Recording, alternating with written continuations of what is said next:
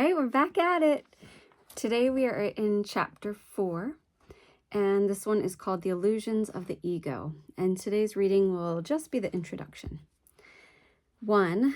The Bible says that you should go with a brother twice as far as he asks. It certainly does not suggest that you set him back on his journey. Devotion to a brother cannot set you back either. It can lead only to mutual progress.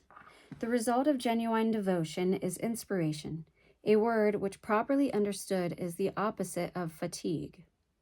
To be fatigued is to be dispirited, but to be inspired is to be in the spirit. To be egocentric is to be dispirited, but to be self-centered in the right sense is to be inspired or in spirit. The truly inspired are enlightened and cannot abide in darkness. 2.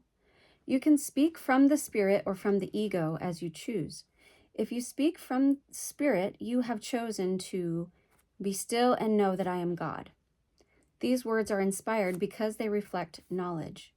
If you speak from the ego, you are disclaiming knowledge instead of affirming it, and are thus dispiriting yourself. Do not embark on useless journeys because they are indeed in vain. The ego may desire them, but spirit cannot embark on them because it is forever unwilling to depart from its foundation. 3. The journey to the cross should be the last useless journey. Do not dwell upon it, but dismiss it as accomplished. If you can accept it as your own last useless journey, you are also free to join my resurrection. Until you do so, your life is indeed wasted. It merely reenacts the separation, the loss of power, the futile attempts of the ego at separation, and finally the crucifixion of the body or death. Such repetitions are endless until they are voluntarily given up. Do not make the pathetic error of clinging to the old rugged cross. The only message of the crucifixion is that you can overcome the cross. Until then, you are free to crucify yourself as often as you choose. This is not the gospel I intended to offer you. We have another journey to undertake, and if you will read these lessons carefully, they will help prepare you to undertake it. And that is the end of the section of the introduction. And boy, what a challenging set of words there for the people who like clinging to the old rugged cross. And I actually love this because I find that some people continue in sin and darkness and shame and sorrow endlessly because they insist on clinging to the old rugged cross. What good is the power of redemption if you're not redeemed and move forward into a new life in Jesus? And if you're constantly hearkening back to the sins of the past and constantly believing that you are that old soul, that you are that old sinner, how can you possibly move forward if you're still clinging to old beliefs, old systems, old addictions, old weaknesses? So I actually love the boldness of this, calling it a pathetic error. I find, some people, that may be their course in life, but for me, I feel like I would like to move forward.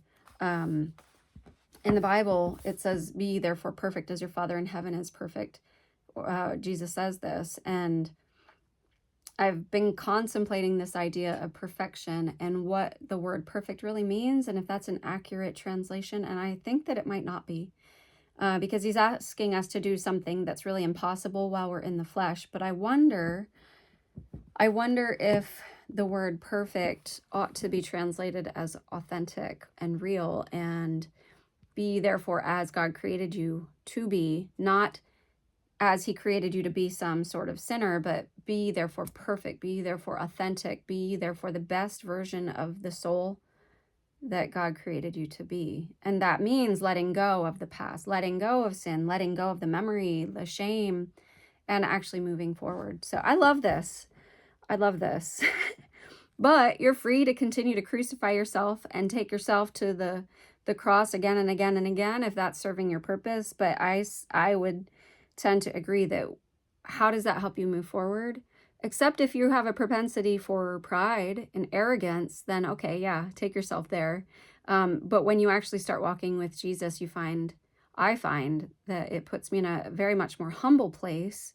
But it's also easier to correct error and let go of sin and let go of false beliefs or heaviness or darkness, let go of it in favor of something that's brighter, lighter, and easy to bear. His burden is easy, he says. It's light. So it ought not be heavy.